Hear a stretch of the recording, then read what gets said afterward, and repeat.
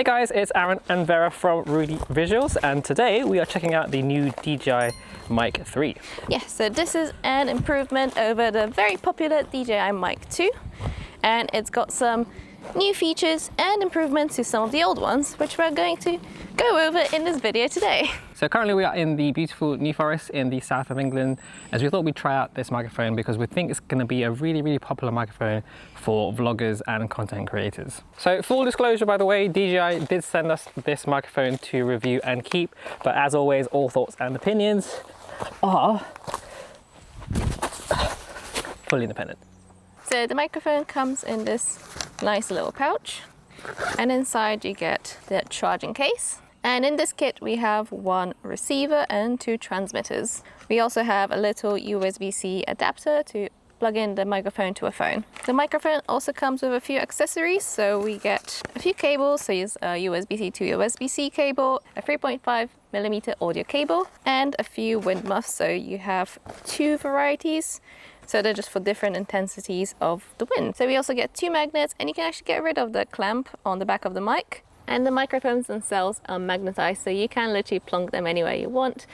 So here is the actual receiver, and as you can see, it's actually really small. Some other competitors have quite big, bulky ones. And one thing I really like about it is the actual screen is actually very bright. So it's very easy to see all your settings and your levels. If you need to change anything, it's very easy to see. It is quite a sunny day today in the UK, and usually with some other mics I've used in the past, the screen tends to be an area where they kind of, you know, save a little bit of money and the screens aren't that usable. On this though, it's crystal clear, it makes it very easy to use. You can also download the DJI Mimo app, which is very helpful to control some of the features on this microphone. Now, one thing I love about the DJI Mic 3 is just the design of it. First of all, like we said before, it is absolutely tiny, so it's really small. It's not like so prominent in your frame. Now, with some other wireless microphones on the market, they can be quite big and blocky. So in my opinion, it doesn't look that great aesthetically. Whereas with these, because they're so small, you don't really even notice them. And I love the fact that you can actually just remove the clip via this magnet at the back and actually rotate it. You do have to make sure that it is facing upwards towards the speaker's mouth. And because of this, and because you can rotate it, it's just really flexible. So I was given the wonderful task of setting these up, and I was actually really surprised how simple and easy that whole process was. The microphones pair with the receivers automatically, and even if you want to connect the receiver to the phone, you just use the USB-C adapter and it just automatically pairs with it. There's no like connection via Bluetooth and stuff like that. Yes, you can still do that when you have the microphone on top of the camera and you want to control it with your phone, but when you just want to record on your phone, you literally just plug in, just gets recognized straight away, and you're ready to go. I think that this just makes it so much more user-friendly for anyone who's filming on their phone. It's literally just plug and go. So right now I have the DJI Mic 3s connected to a Samsung Galaxy S24 Ultra. And one thing I really love about this is that we can basically just have a conversation. It's true. So Veronica, how's your day going? It's been going pretty well, but you gotta talk about the 32 gigabytes of internal storage. Yes, I do. So the DJI Mic 3 has 32 gigabytes. Yeah. I thought it was 24. 32 gigabytes of internal storage, which is pretty much like hundreds of hours of audio recording. So I think it's pretty much enough for most people. The option of actually being able to record internally to the microphone is also really handy. So you don't have to record to your camera or to your phone. You can actually store the audio onto the device itself, giving you a bit more flexibility in post if needed. I'm just going to let you listen to the audio quality here whilst I walk around into the forest, so you can kind of get a good idea of the sound rejection as well. So if I stop talking,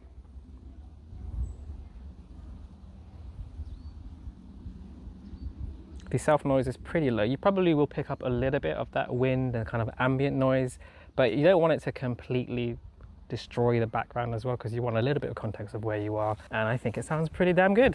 But let me know what you think. So when you've got the receiver connected to the phone, the actual DJI Mimo app is very useful. So as you can see, you've got access to all these features on here. You have the active noise cancellations, the two different levels, so it's the basic and strong.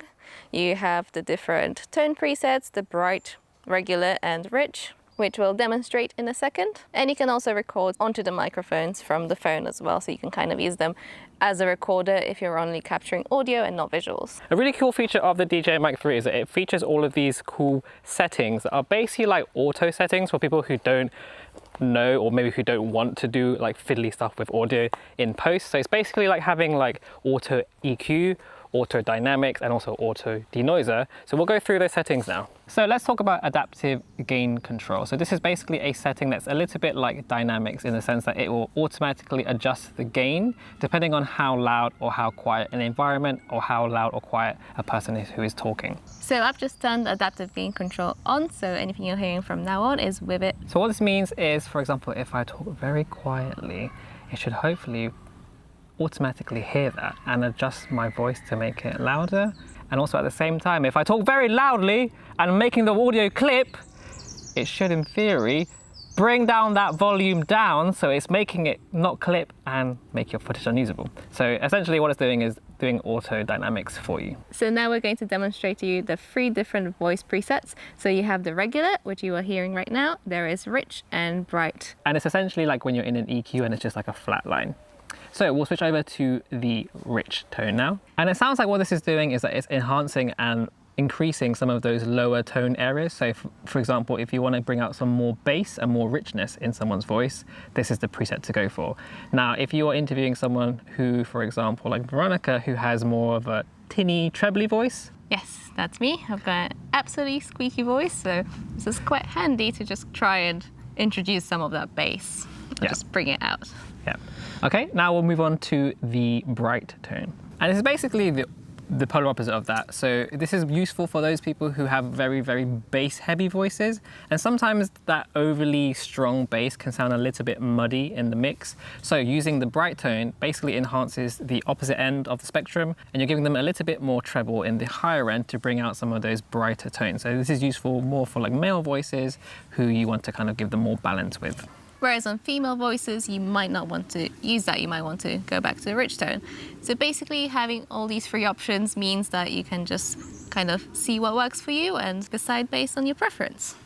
Now, I will say that you can do all of this, you know, like I said, in the video editor in post, but there are people out there who just don't have time, who don't want to fiddle with all these settings. So I think this is really useful for people like that who just want to go out, who just want to create, who don't want to have to fiddle around with all these like sound settings in post and just get content out that has like a nice preset sound. These microphones also have noise cancellation, and there is 2 levels of it. So there's basic and strong. So right now we are in the car so that you can get the best idea of how well that works. So I'm just going to turn on the first one now. And I should also mention that we have the AC on full blast because it's incredibly hot in the UK right now. And hopefully the noise reduction should be reducing some of those sounds. Now got the noise cancellation on strong, and as you can hear, this does an amazing job at really getting rid of those sounds from the AC and the road as well. And it's nice that they give you the 2 different options, so you do have a little bit of control over how much noise cancellation you want. But another really useful feature that was introduced into the DJI Mic 3 is timecode support. So that's something that the DJI Mic 2 did not have at all. So it's absolutely amazing that they thought about including it into this microphone. And that's really useful because if you want to sync your audio in the post, it's not always that easy to do it from the waveform. Sometimes I've had problems with trying to like auto sync it using that, and then you have to kind of manually do it and try and align your audio. Whereas with timecode, it just eliminates that problem. The microphones also feature auto frequency hopping from 2.4 gigahertz to 5 gigahertz. And this is really helpful for anti-interference. If you're in an area that has a lot of electrical interference, sometimes you might get some of that noise, and also helps with the lag and also with the wireless signal as well. Speaking of the wireless range, these have a range of 400 meters. And lastly, the battery life on these has been extended quite a bit. So I'll throw over some numbers here so you can see how that compares to the DJI Mic 2. So these will be great for any content creators or vloggers that do travel videos. They will pretty much last you for a whole day without needing to recharge. So overall, for the price of £259, I think that although these are on a slightly pricey side, you actually get so much for your money. Like compared to all the other microphones I've tried in the past, these offer so much value. To the point where I actually think we're gonna actually keep these and use them for our like day-to-day filming when we're not needing to use like professional microphones. I mean, these are professional microphones. They are professional. They got all the professional features. Yeah, and I think what really sets them apart is those features like the presets, the noise reduction, the adaptive gain control. I think that's a really awesome feature. There's so many features here that actually make the price really quite reasonable. and not to mention that they sound absolutely amazing. So that's it for this video. If you liked it, do give it a like and subscribe to our channel for more. If you have any questions about the microphone, do leave them down there in the comment section below. And a big, huge thank you to DJI once again for making this video possible. Thank you so much for watching, and we'll see you on the next one. And now we're gonna go eat ice cream. Yes, ice cream definitely on the menu.